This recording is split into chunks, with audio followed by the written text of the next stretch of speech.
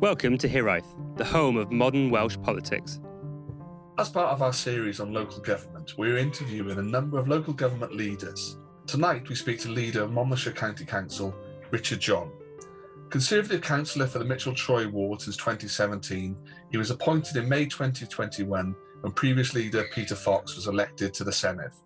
Richard is now the youngest council leader in Wales and joins us tonight to talk about all things Monmouthshire. Good evening, Richard. Good evening. So first of all, can you just talk us through Monmouthshire? I think people know about it, but for anyone who doesn't know much about the county, can you just give us an outline of, the economy, the demographics, the type of area it is with industry and the like? So we're really lucky to live in one of the most beautiful parts of Wales. We stretch from the edge of the Brecon Beacons near Abergavenny across to the area of outstanding natural beauty in the Wye Valley, and we've got a number of really popular market towns: Abergavenny, Chepstow, Monmouth. Caldecott is an area that has needed more investment. So that's one area where we've been looking to work with UK government on the levelling up agenda. It's a really beautiful part of the world. Sometimes there are misconceptions about Monmouthshire.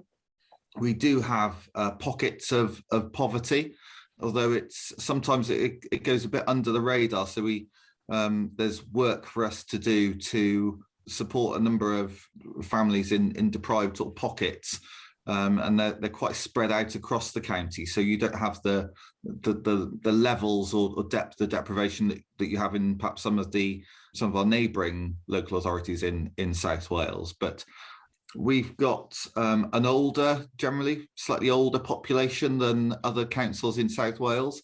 That presents its challenges. So places a particular burden on the social care system.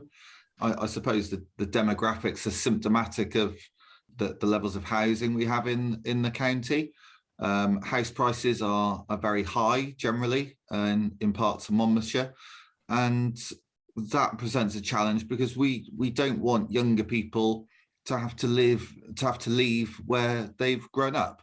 There are a number of places I can think of in my ward and elsewhere in the county where people of my generation, people in their 30s, 40s, have had to leave the community where they've grown up because they can't afford to buy a home there. So we need to do more in terms of providing more affordable housing, both in the towns and also in some of the smaller communities we've got in Monmouthshire. We want people to be able to stay here, to raise a family, to find sources of employment nearby. We don't want people to have to leave to Bristol, to the Forest of Dean, Newport, and unfortunately that's what a lot of younger people are having to do. So that's a real challenge that we need to overcome, and we've been talking to Welsh Government about how we do that, and about how we need to be more ambitious really in terms of the levels of affordable housing we want to build here. But generally we're really lucky to live in a wonderful part of the world with a thriving local economy. We've increasingly got some really high-tech industries either in Monmouthshire or on our borders, and we've been working with neighbouring authorities to help expand the local economy, and I know this is something you want to talk about a bit later on. Yeah, I think we'll come onto that, how local authorities work together. I think you outlined there a lot of the specific challenges and strengths that Monmouthshire has compared to the rest of Wales, often mixed up. So often we hear about the issues that impact the UK or Welsh governments, but what are the major challenges do you think that are facing local government across Wales, but also is there anything specifically in Monmouthshire? So one of the challenges we face specifically is local government funding, which we don't feel is as fair as it should be. You look at the levels of funding that come from Welsh Government to councils, and consistently Monmouthshire is the lowest funded council. We get about £1,176 per head of population. One of our neighbouring councils gets £1,800 per person. The average in Wales is, I think, the average is 1,600. If we were funded to the average, we'd have about £40 million extra to spend on local services. So we have a greater proportion of our income comes from council tax, and that places a burden on our residents. We feel it's becoming increasingly an unfair burden because the gap between the lowest and highest funded councils in Wales it's widening year on year. It's got wider again this year, and it's just widened to such an extent. We feel it's getting really quite unfair now. So that's one challenge we face. But there are a number of challenges that we share with other councils. How we make our economies more dynamic, how we change our town centres as well, because the role of the town centre has changed quite significantly, not just through internet shopping, but during the pandemic as well. And we need to make sure that our towns are fit for the future. It may well be that we need a greater proportion of housing in our town centres than perhaps we've had in the past. There are a number of towns where vacant premises are increasing. We don't have that problem to a massive extent in Monmouthshire. We've actually got some of our towns are really thriving right now. Abergavenny is one example where we put a lot of investment into the town. We recently pedestrianised it, and that's been really successful. So you've now got a far more pleasant place for people to come and shop, spend time. It's got that real market town destination feel about it. And that's happened through hard work. There's been a lot of investment there. We've moved our livestock market out to the town centre to allow for more shopping and to bring more people into the town. And it was quite controversial at the time, but actually it's proved really successful.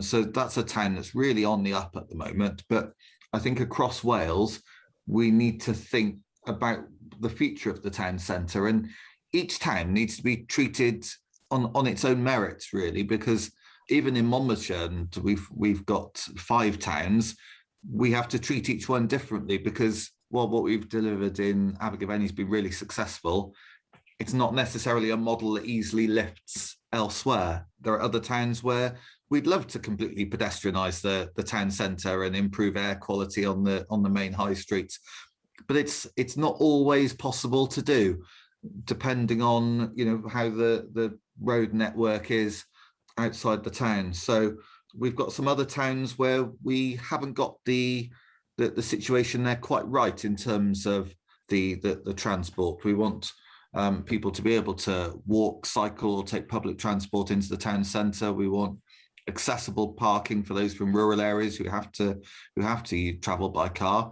But we want to make our town centres as pleasant an experience for people as we can. And taking the car out of the main high street, if it's possible. It's certainly worked in Abergavenny, but I appreciate it's not something that works everywhere. But town centres is certainly something we need to do across Wales.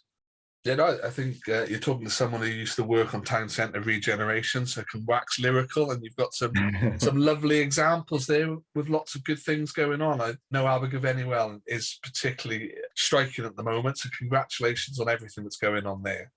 You obviously mentioned funding there being an issue. I can understand the view you're coming on from there in the disparity in amounts between Monmouthshire and other neighbouring authorities, and arguably the political connotations around that. One of the areas local authorities are now able to access is around the Shared Prosperity Fund. Have you had any experience of that process, and do you think that's had any impact on local government funding levels? So obviously, so far the Shared Prosperity Fund isn't up and running, but the Levelling Up Fund is a sort of precursor to it, isn't it? We've had a lot of discussions with between local authority leaders about, and with Welsh Government as well, about how with UK government, about how the Shared Prosperity Fund is going to work. And I have to say, I really welcome the move by UK government to work directly with councils. We've got that level of local knowledge and expertise that perhaps isn't there to the same extent at the Welsh Government level. So I think working with one of the most local tiers of government through these funds, I think is absolutely the right thing to do, and I really welcome that, and I know that's welcomed across the parties as well. There are a number of councils in Wales that have benefited from the the first round of the Levelling Up Fund. Mine wasn't one of them, unfortunately, but we did have a couple of very strong bids, and we're looking forward to resubmitting those in the new round, which I expect will be opening shortly. Because we're really keen to work with UK government on the levelling up agenda. You know, as we come out of the pandemic, there is a feeling that we need to do things differently to how we've done before. There have been a lot of lessons from that the Levelling Up Fund can help with. The fact that it's just been such a hard time for so many people, and I think it's really taught us some lessons about what's important in life, about what you value in your community. I think we have a responsibility as councils to do everything we can to make sure that we have a brighter future for everyone. And our bids were specifically focused on those that we felt would have economic benefit and those that would benefit people's mental and physical well-being as well. For well-being, it's been a terrible 2 years. It's really taken its toll on people's mental health. It's also shown us how important it is to keep physically fit and active. So one of our levelling up bids, for example, was to completely renovate Caldecott Leisure Centre. It's desperately needed, and we wanted to build on what we've done in Monmouth. I mean, traditionally, leisure centres run at a loss. They're a burden for councils when the going gets tough. That's why, unfortunately, they get looked at, say, well, you know, is this something that unfortunately needs to go? We want our leisure centres to be sustainable because we recognise how important they are to people's well-being. So in Monmouth, we completely refurbished our leisure centre there. We introduced some new funding, some new revenue streams. So there's jacuzzi, steam room, spa. There's a beauty therapy room where they do massages and all sorts of different treatments. We've got an open plan cafe and 3-tier soft play area, which is really popular with families for parties. So actually, before the pandemic started, we were actually expecting that leisure centre to return a small surplus, which is unheard of particularly for council-run leisure centres. And we're one of the few councils in Wales that we haven't either flogged our leisure centres or put them into a trust. We continue to run them ourselves. So that's quite unusual, but we want those services to be sustainable for the long term. So we don't ever want to be in a position where a future council looks at the bottom line and says, well, look, sorry, one of these is going to have to go.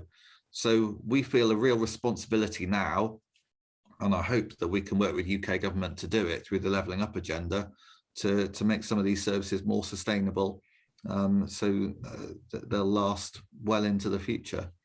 So it's an agenda we're really keen to work with government. And you know, you've already seen a number of projects across Wales where different communities are going to benefit from this agenda. I know Welsh government are not particularly happy about they've been cut out of the decision-making process to some extent, but I think a lot of people would point to the spending of billions of pounds of EU structural funds in the South Wales valleys over the last 20 years and ask, well, what benefit have people actually had from those? I mean, in the referendum campaign, you'd think for all that money that had been spent, people would have seen the benefits. But to me, it just seems so much of that money was misspent, and people didn't feel the benefits of being in the European Union. And that's why some of those areas of Wales that benefited most from the EU funds voted most strongly to leave. Very interesting point. I think it's one we're definitely going to look at a pod in future days, future pods rather. But you mentioned working with the UK government there, and you mentioned working with other authorities. So that's what I'd like to look at now.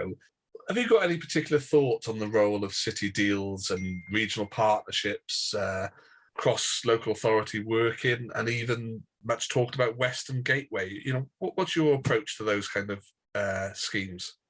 So, I mean, more so for me than perhaps any other council leader in Wales. If I want to get anything done, I need to be able to work with other people, particularly as the only Conservative out of, in a room full of 22 leaders.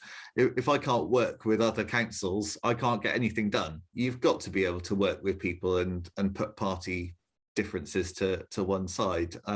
So I've got a really good relationship with other council leaders, and although I've only been leader for 10 months or so, and it's been difficult building those relationships because we haven't been able to spend much time together. It's mainly been meetings on Zoom or Teams rather than face to face. But those relationships are really important, and it's a benefit to our residents to work together because South Wales is a relatively small geographical area.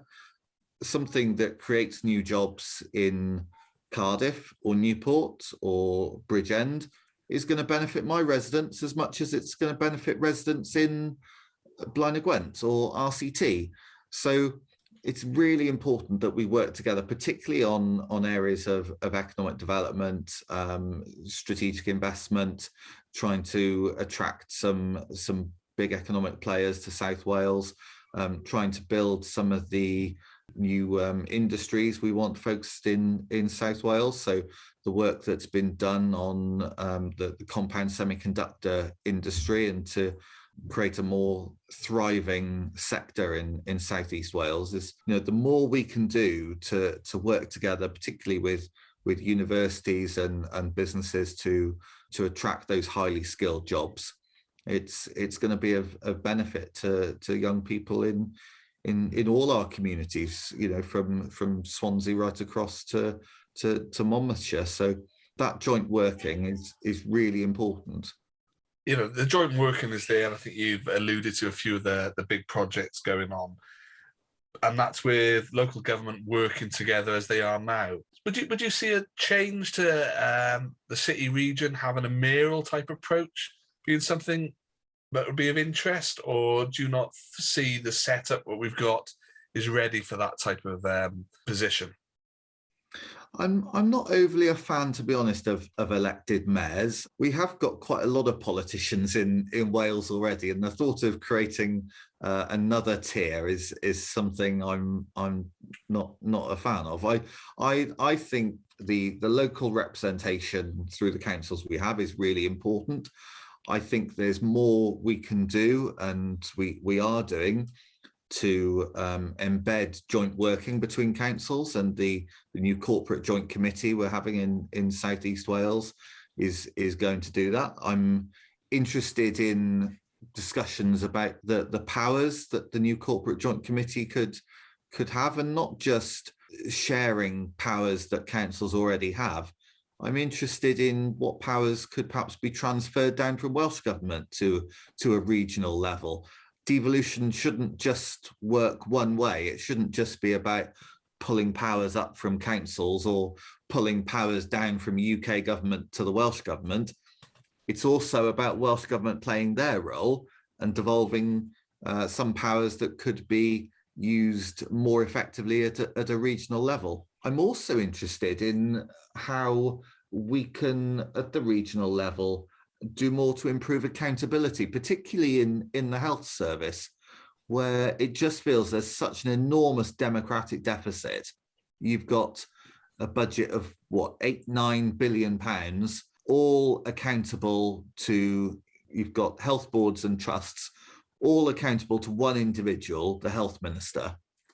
It just feels to me it would be far more accountable if there was a role for local authorities to scrutinise the work of health boards in their area, because we've got the local knowledge of services in our communities.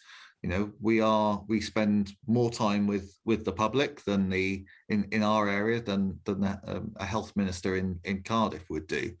So I think we need a real discussion now about, particularly given the challenges we've had in the health service over the last couple of years, and day in, day out, we're seeing stories in the press about some really horrendous experiences people are having, which is no fault of doctors and nurses and other NHS staff, but the system is not working. I mean, we're always getting complaints about the situation at the Grange, where you've got this is the new hospital that's just opened in the last year or so over in Llanfrecva near Cwmbran. It's horrendous, the stories we're hearing. Ambulances queued out there quite regularly, ambulance response times being missed. So I'm really interested in the discussion about how we can improve accountability in the NHS. And I think there's a role for councils working regionally to do that.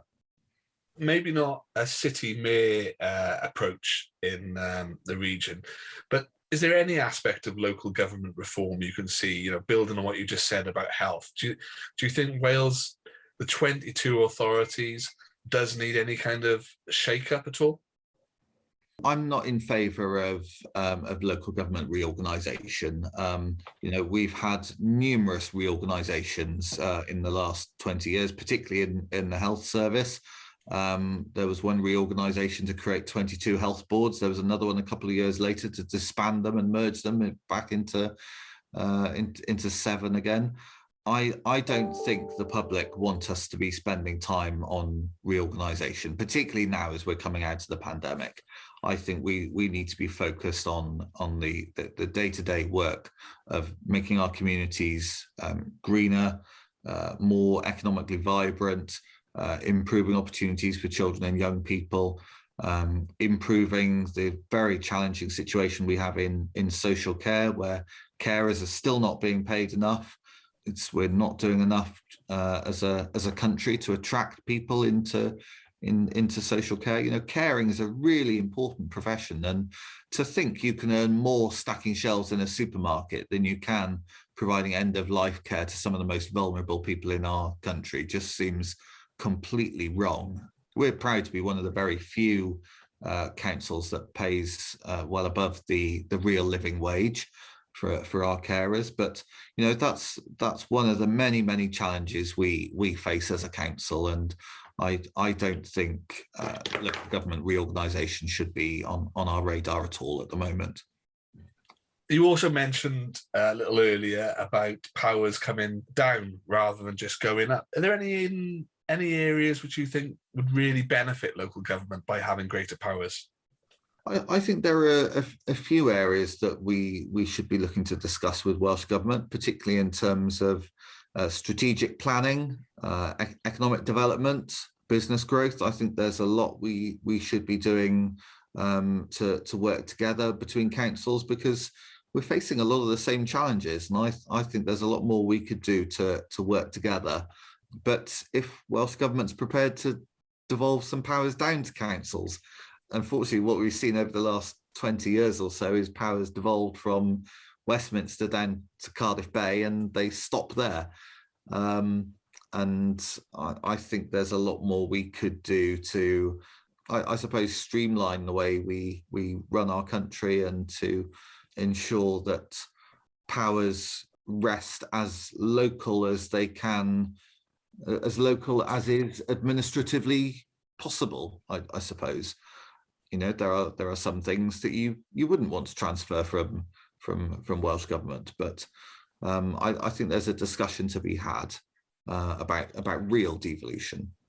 As we move in, we've got an election in a month away, and one of the questions we've put to other leaders and other commentators is around how democratic local government actually is. And Monmouthshire actually is one of the highest performing councils in Wales, with 46% of the eligible voters turning out at the last election, which is higher than the Welsh average. But that's still less than half voters, half the voting population coming out and, choosing who will run their local services.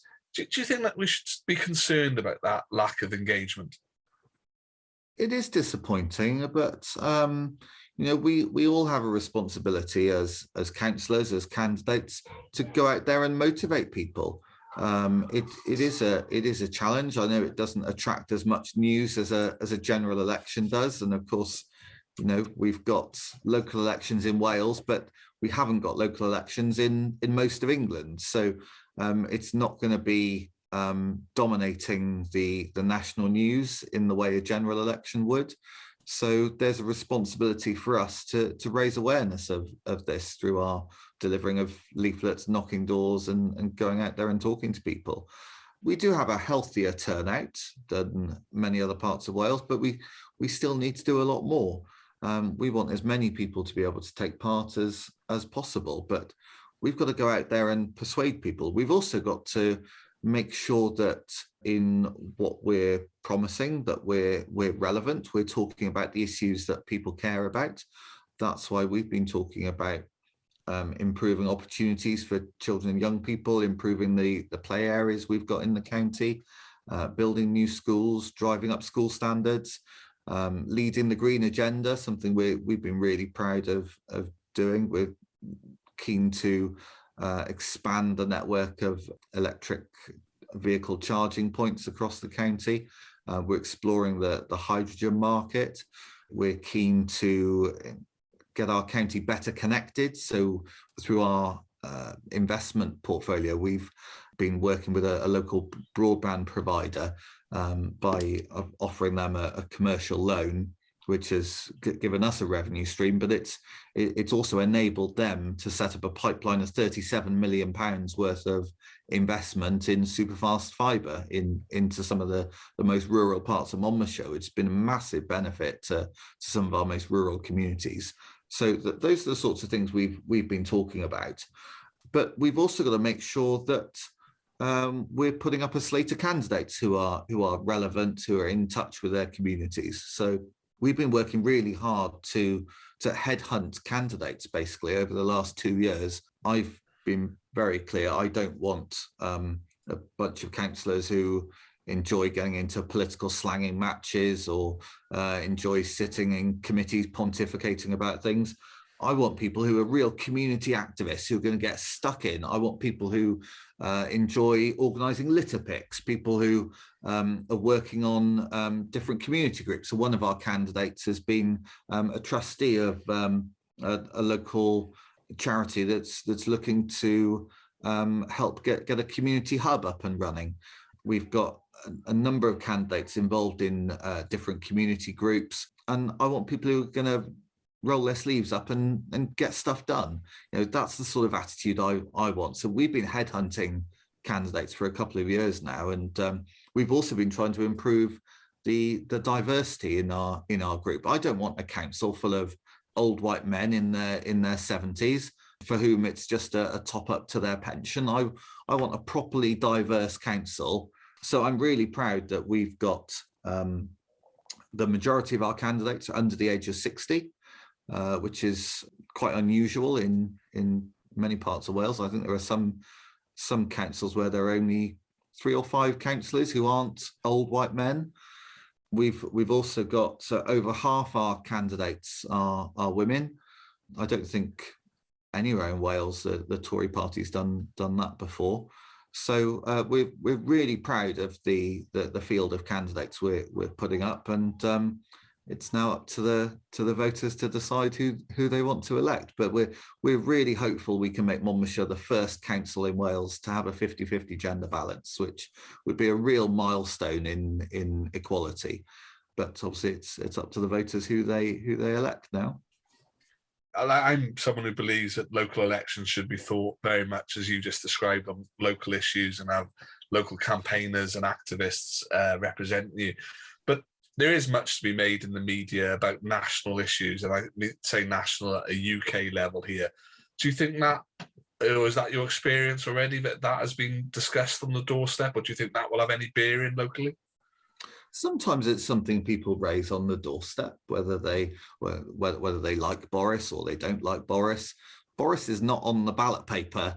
I was having a conversation with someone the other day. So, well, I don't like Boris. Well, Boris is not going to be standing in Mega or Usk.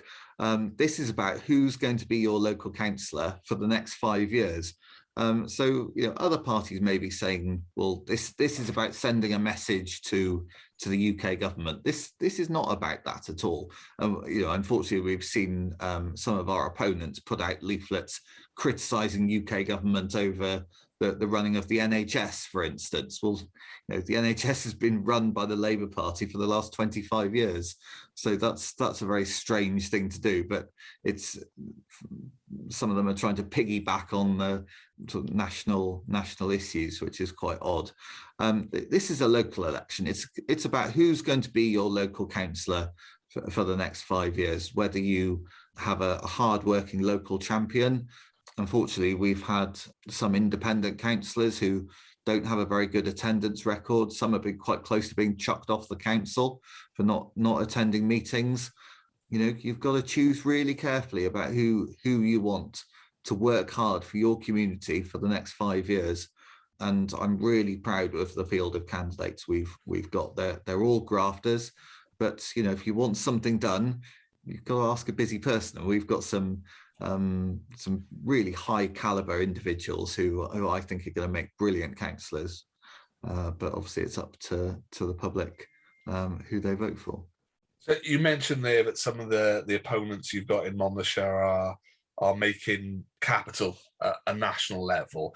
But can you just tell us a little bit about the political makeup of Monmouthshire? You mentioned independence there, leading into next month. Have you got any expectations ahead, or are you prepared to say that at the moment? We have no idea what the result will be, but at the moment there are 25.